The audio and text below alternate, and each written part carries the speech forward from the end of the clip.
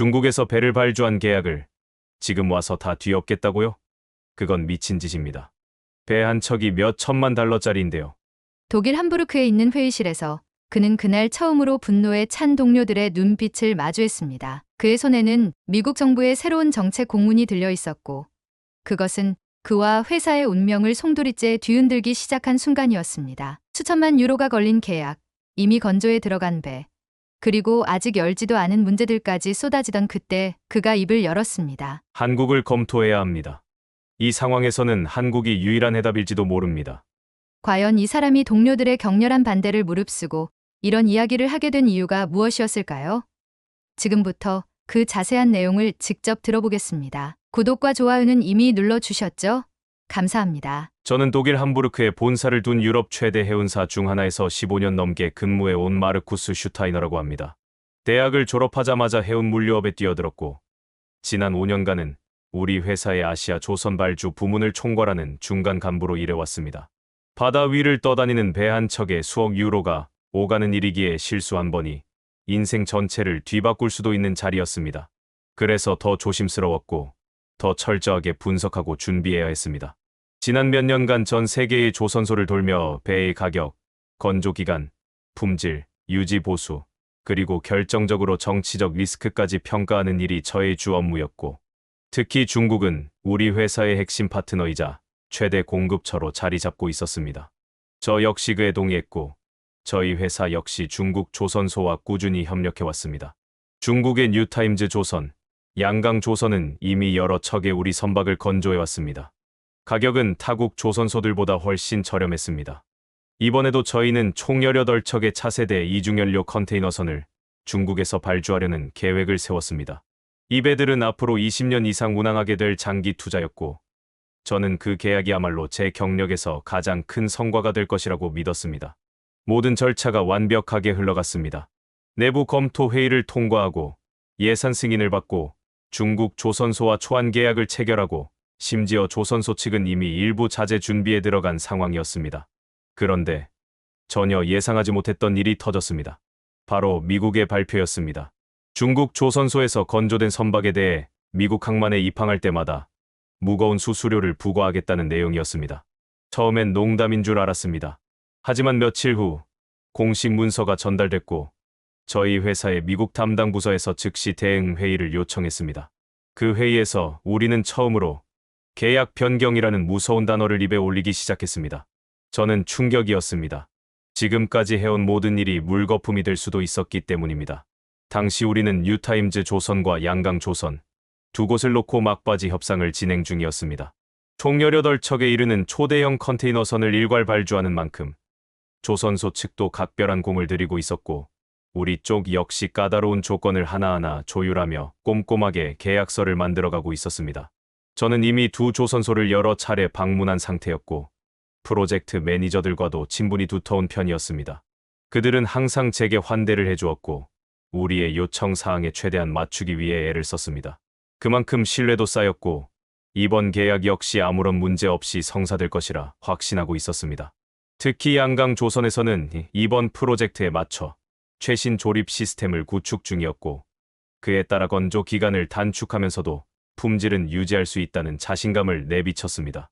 비용 면에서도 다른 국가 조선소보다 평균 20% 이상 저렴했으며, 선박 한 척당 약 3,500만 달러 이상 차이가 났습니다. 이는 총발주 금액으로 환산하면 무려 6억 달러가 넘는 차이였습니다.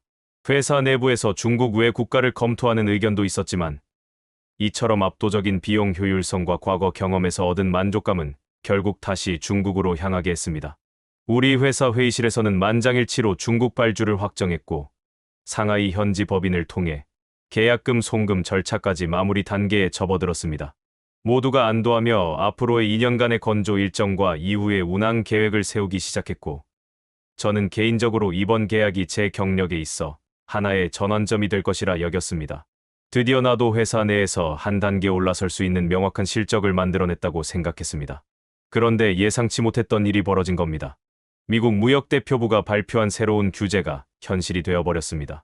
처음엔 단지 상징적인 조치일 것이라며 대수롭지 않게 여겼지만, 정책 내용이 구체화되면서 사태는 달라졌습니다. 2024년 10월부터 시작되는 수수료 부과는 단순한 경고가 아니었습니다.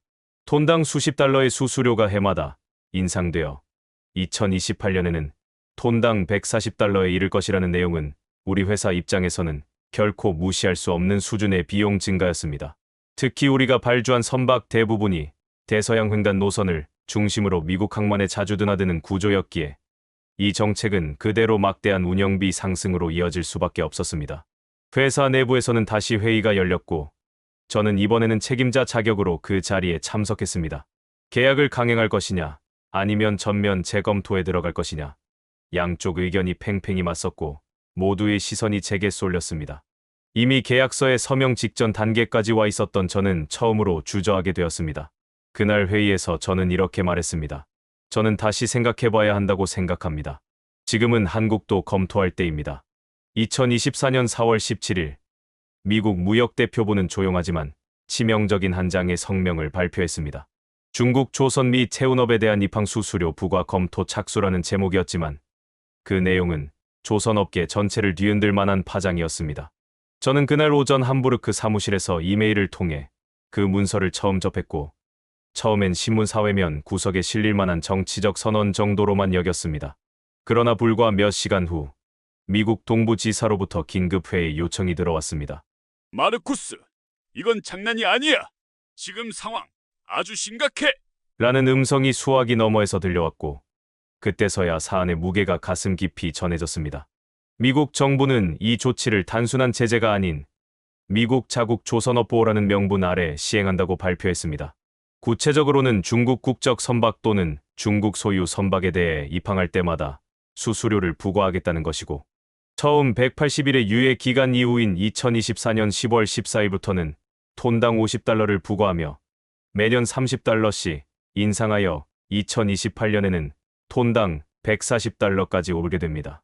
게다가 컨테이너 기준으로는 개당 120달러, 이후 최대 250달러까지 단계적으로 증가하는 구조였습니다. 이 수치는 그냥 숫자 나열이 아니었습니다. 저희 회사가 중국 조선소에서 건조하려던 선박들의 연간 미국 입항 횟수를 계산해보면 한 척당 연간 5회 기준 수백만 달러의 추가 비용이 발생하게 되는 셈이었습니다. 저희 경영진은 이 조치가 단순한 무역 갈등의 연장선이 아니라 미국의 구조적 정책 전환이라는 점을 즉시 파악했습니다. 특히 우리처럼 미국 노선에 강하게 의존하는 유럽 해운사들에게 이 정책은 더 이상 무시할 수 없는 현실이 되었습니다. 그날 오후 우리 회사의 전략부서에서는 기존 중국 조선소와의 계약에 대한 긴급 검토 보고서를 상정했고 저는 담당자로서 계약 철회 가능성에 대한 시뮬레이션을 수행해야 했습니다. 뉴타임즈 조선은 이미 선체 구조 자재를 준비 중이었고 양강 조선 역시 선박블록 조립을 위한 사전 인력을 배치한 상태였습니다. 계약 해지를 하게 되면 위약금만 해도 수천만 유로에 이를 수 있었고 그 파장이 어마어마했습니다. 하지만 우리가 직면한 가장 큰 문제는 돈이 아니었습니다. 리스크였습니다. 앞으로 미국의 조치가 단순히 입항 수수료에서 그치지 않고 항만 이용 제한이나 세관 검열 강화 등으로 확산될 수 있다는 분석이 이어졌고 우리로서는 지금이라도 결정을 번복하지 않으면 향후 수십 년간의 운용 계획이 송두리째 흔들릴 수 있는 상황이었습니다. 저 역시 점점 결단의 기로에 몰리기 시작했습니다. 하루에도 몇 번씩 당시 중국 조선소와의 계약서 조항을 읽고 또 읽었고 내부 보고서를 작성하면서 머릿속은 복잡해지기만 했습니다.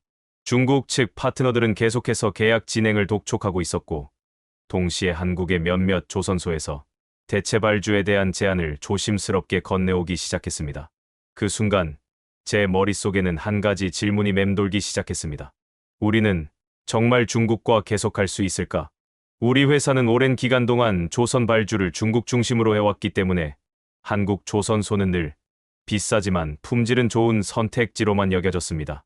하지만 미국의 정책 변화 이후 그 비싼 가격에도 불구하고 정치적 리스크가 없는 안정적인 대안으로서 한국이 다시 조명받기 시작했습니다. 처음에는 단지 리스트업 차원에서 검토에 들어갔지만 시간이 지나면서 우리 경영진은 진지하게 한국과의 계약 가능성을 논의하기 시작했습니다.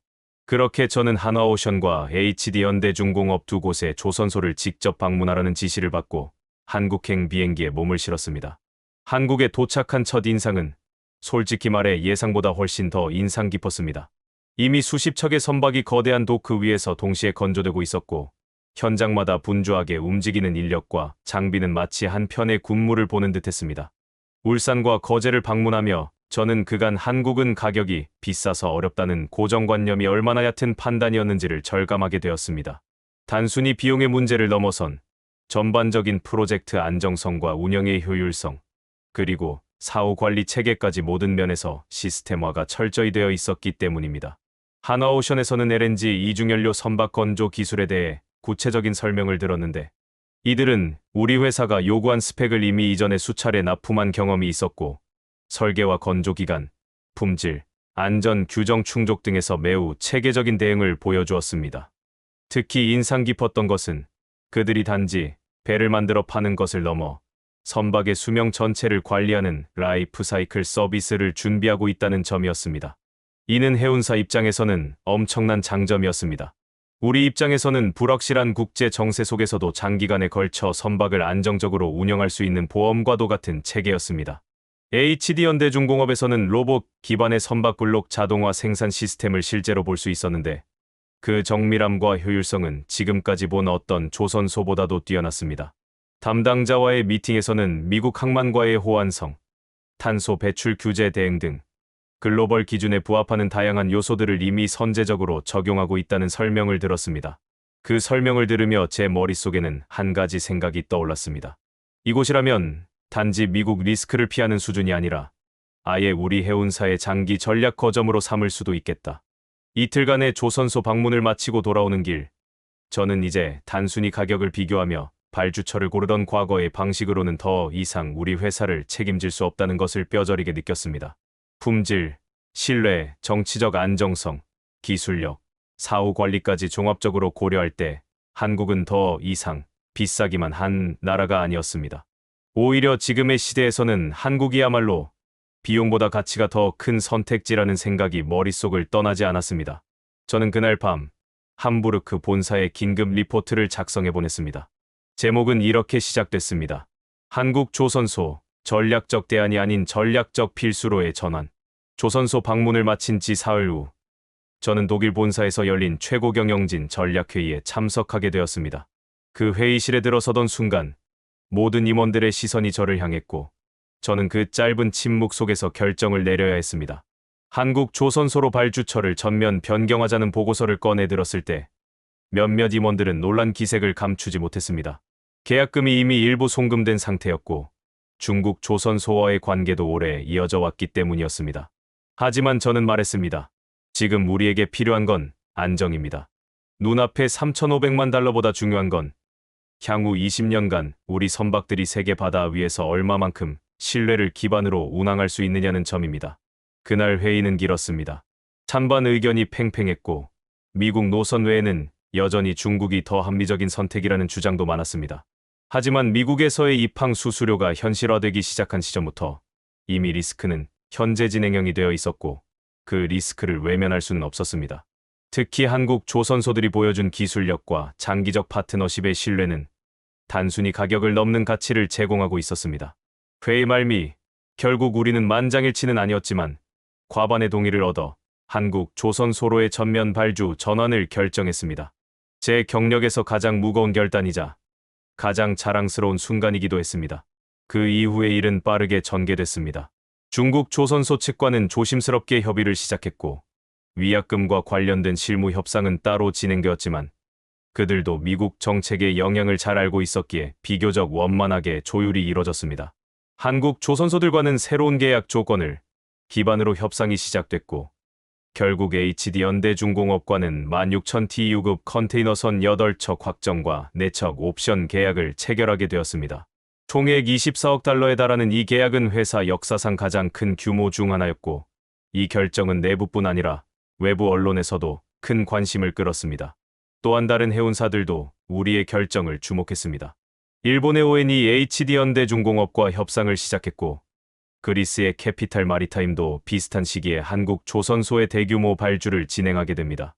마치 도미노처럼 한 번의 정책 변화가 전 세계 조선 발주 흐름을 바꿔놓은 것입니다. 그 중심에 저와 저희 회사가 서 있었다는 사실이 아직도 믿기지 않을 정도였습니다. 당시 저는 한국 조선소들과의 첫 공동 기자회견에서 이렇게 말했습니다. 우리는 더 이상 가격만으로 배를 고르지 않습니다. 한국은 우리에게 기술과 신뢰, 그리고 미래를 줍니다. 이제 우리의 배들은 하나둘씩 한국의 조선소에서 건조되고 있습니다.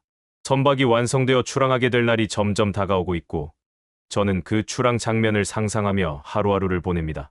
이 결정을 통해 저는 하나의 사실을 다시금 깨닫게 되었습니다. 때로는 익숙함을 버리는 용기가 조직 전체의 미래를 바꾸는 단초가 될 수 있다는 것. 그리고 그 용기가 있었기에 우리는 한국이라는 새로운 항로를 발견할 수 있었습니다.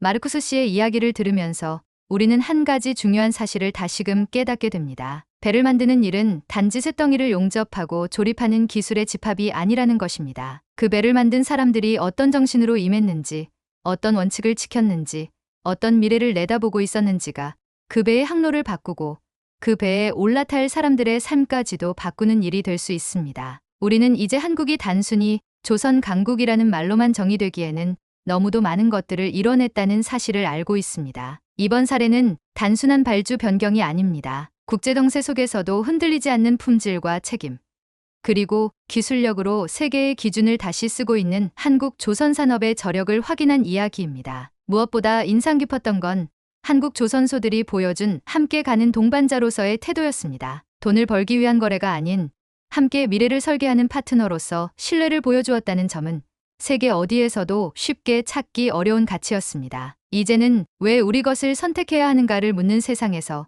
한국은 이미 그 답을 행동으로 보여주고 있습니다. 조선소에서 일하는 수많은 분들, 그리고 그 배의 꿈을 담아 항해를 시작하는 이들 모두가 그 답을 함께 써 내려가고 있다는 사실이 이 이야기의 진짜 의미가 아닐까 생각됩니다. 시청해 주셔서 감사합니다.